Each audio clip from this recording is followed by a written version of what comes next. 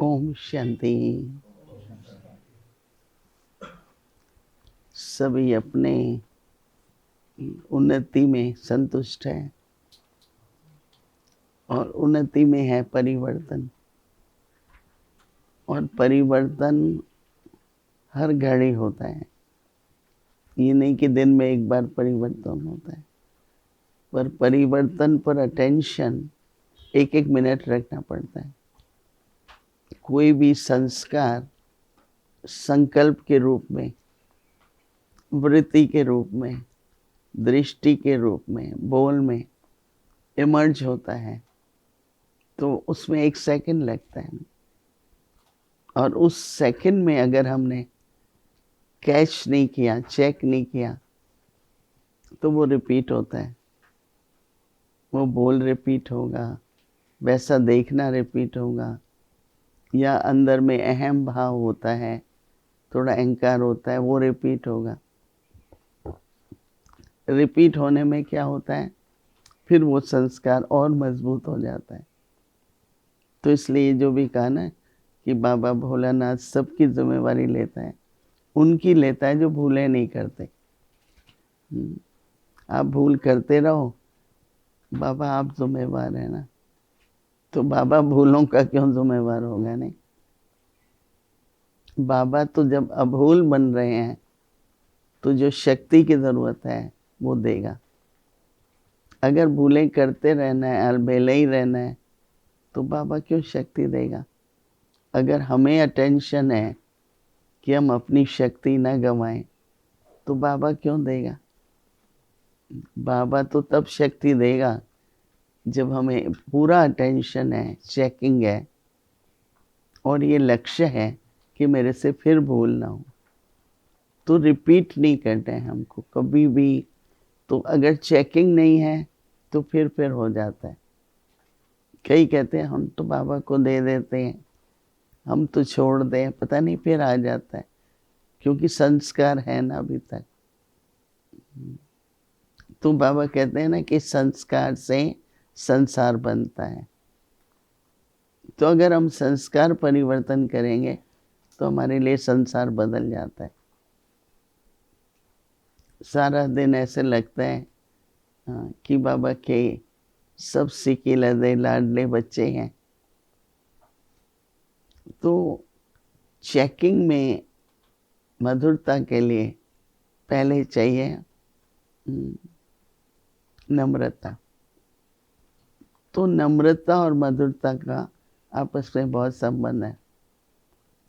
और अहंकार और देहभान, देहभान, देह अभिमान, एक देहभान होता है, बॉडी कॉन्शियसनेस, और दूसरा अभिमान होता है जिसको अहंकार कहेंगे। बड़ा सूक्ष्म है। एक तो मैं क्या हूँ, दूसरा मुझे क्या मिलना चाहिए। जो मुझे मिलना चाहिए वो नहीं मिला, मान नहीं मिला, तो मान चाहिए क्यों? जो सम्मान में रहता है वो मान में है। सम्मान वाले को हमेशा ऐसा लगता है मुझे बहुत मान मिल रहा है। सम्मान की कमी है तो यही देखता है क्यों नहीं मिला, मुझे तो ये मिलना चाहिए था, मैं तो लायक था। ये चाहिए का संस्कार रहेगा, क्यों सम्मान में नहीं है। अरे ये सूचना तो मुझे मिलनी चाहिए थी, क्यों नहीं मिली? कई बार होता है, हम लोगों के साथ भी होता है, टाइम पर एजेंडा मिला, मीटिंग का हमें समाचार, हम तो संकल्प नहीं करते। कई बार होता है वो पहुंचाते हैं, हमें नहीं मिलता है, कोई बात नहीं है। तो नम्रता एक बहुत सूक्ष्म गुण है, जिसमें आज मैं जो हूँ, जो कर पा रही हूँ, वो बाबा के कारण। जिस दिन से बाबा के पास आए, कितना सीखते हैं हम लोग। बाबा की शिक्षाओं से जितने तक हम बने हैं उनकी शिक्षाओं से, तो इसमें अहंकार की क्या बात है। कई हम लोगों से पूछते हैं, बाबा ने भी समझाया है कि बच्चे किसी से भी फ़ी नहीं ले सकते, पढ़ने पढ़ाने की फ़ी। मैं आप लोगों से फ़ी नहीं लेता, तो आप दूसरों से कैसे ले सकते हो। और बाबा ने कहा ज्ञान तो ज्ञान सागर का है, आप तो सिर्फ रिपीट कर रहे हो, आपका ज्ञान तो नहीं है ना, बाबा है। और वो भी जब बाबा से बुद्धि योग है, तो जब सत्य ज्ञान बोलते हैं तो लगता है दिल को। अगर अहंकार होता है थोड़ा भी, आप अच्छा बोल पाते हैं, आपका विचार सागर मंथन अच्छा है, तो उसमें भी अहंकार नहीं चाहिए, सम्मान बढ़ना चाहिए। तो सम्मान बढ़ रहा है या अहंकार बढ़ रहा है, तो बड़ा सूक्ष्म में नम्रता का गुण, बहुत रॉयल्टी लगती है जब नम्रता होती है। जब चाहिए चाहिए होता है,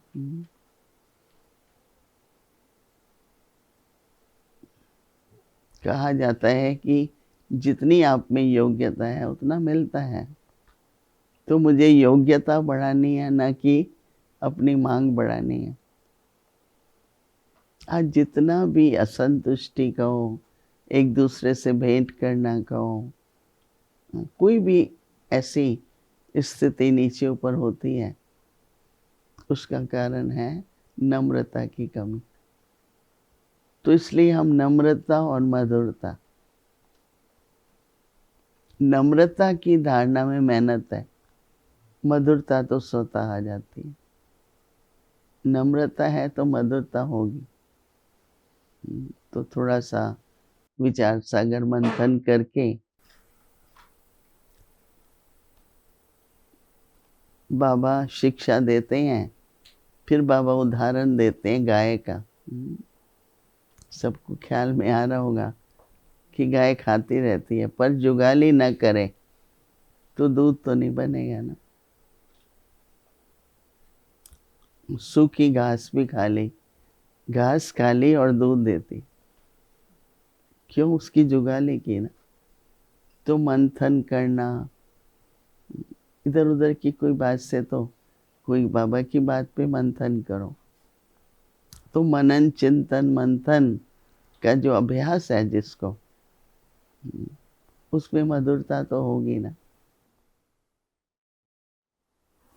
उसके मन में बार बार बाबा की शिक्षाएं सामने, हाँ, बुद्धि में आती रहेंगी। आज बाबा ने ये कहा। हाँ, कई तो दिन भर के बाद रात को पूछते हैं, कहते हैं मुझे तो कुछ याद ही नहीं है, मुझे तो पॉइंट्स याद रहती ही नहीं है, ऐसे बोलते हैं दिन भर के बाद। मैंने कहा एक बात भी याद होगी? बोला नहीं। मैंने कहा वरदान याद है? नहीं। धारणा की पॉइंट है, याद है? नहीं। तो कई बार ऐसा होता है कि बाबा की बातें भूल जाती हैं, क्योंकि और बातें बहुत, काम तो करना ही है, बिना ड्यूटी के तो कोई भी नहीं। हम सब बाबा के खुदाई खिदमत का 24 घंटे ड्यूटी पर है। ठीक है, बाहर से एक ड्यूटी होती है, एक योगी जीवन का उदाहरण, वो तो हमें हमेशा ही रखना है ना। तो इसलिए थोड़ा सा गंभीर होकर के चेकिंग करेंगे तो परिवर्तन भी होगा, उन्नति भी होगी, और अंदर में बहुत संतुष्टि होगी, और लगेगा कि इस बार मैंने जो बोला वो पहले से तो बहुत ठीक था। अपने में परिवर्तन महसूस होगा, राइट। तो इसलिए अटेंशन रखनी है नम्रता पर। तो आज बाबा कह रहे हैं सदा ही मीठी दृष्टि। आज बाबा दृष्टि पर पहले, बाबा कहते हैं कि मीठा बोल, मीठी दृष्टि, मीठा बोल और मीठे कर्म, जो कर्म सुखदायी हो। मीठा कर्म और क्या होगा, सुख देने वाला कर्म है। जैसे बाबा कहते हैं, जैसे मीठा खाना खिलाने से थोड़े समय के लिए मुख मीठा होता है। सबको पता है कि ज़्यादा मीठा खाने से, आज कितने ही लोगों से पूछते हैं, यहाँ ज़्यादा है भारतवर्ष में, डायबिटीज़ है, शुगर ज़्यादा है, फिर कहते हैं बस बॉर्डर लाइन ही है। बॉर्डर लाइन का मतलब क्या है कि है ना, तो मीठा खाने में तो बहुत अच्छा लगता है, हाँ, लेकिन बहुत खाना नहीं है, हाँ, थोड़ा सा ठीक है। मुख मीठा होता है, खुश होते हैं, ऐसे स्वयं ही मीठा बन जाओ तो क्या होगा, बहुत बाबा कहते हैं मीठा बनेंगे तो सदा ही मुख में मधुर बोल होंगे।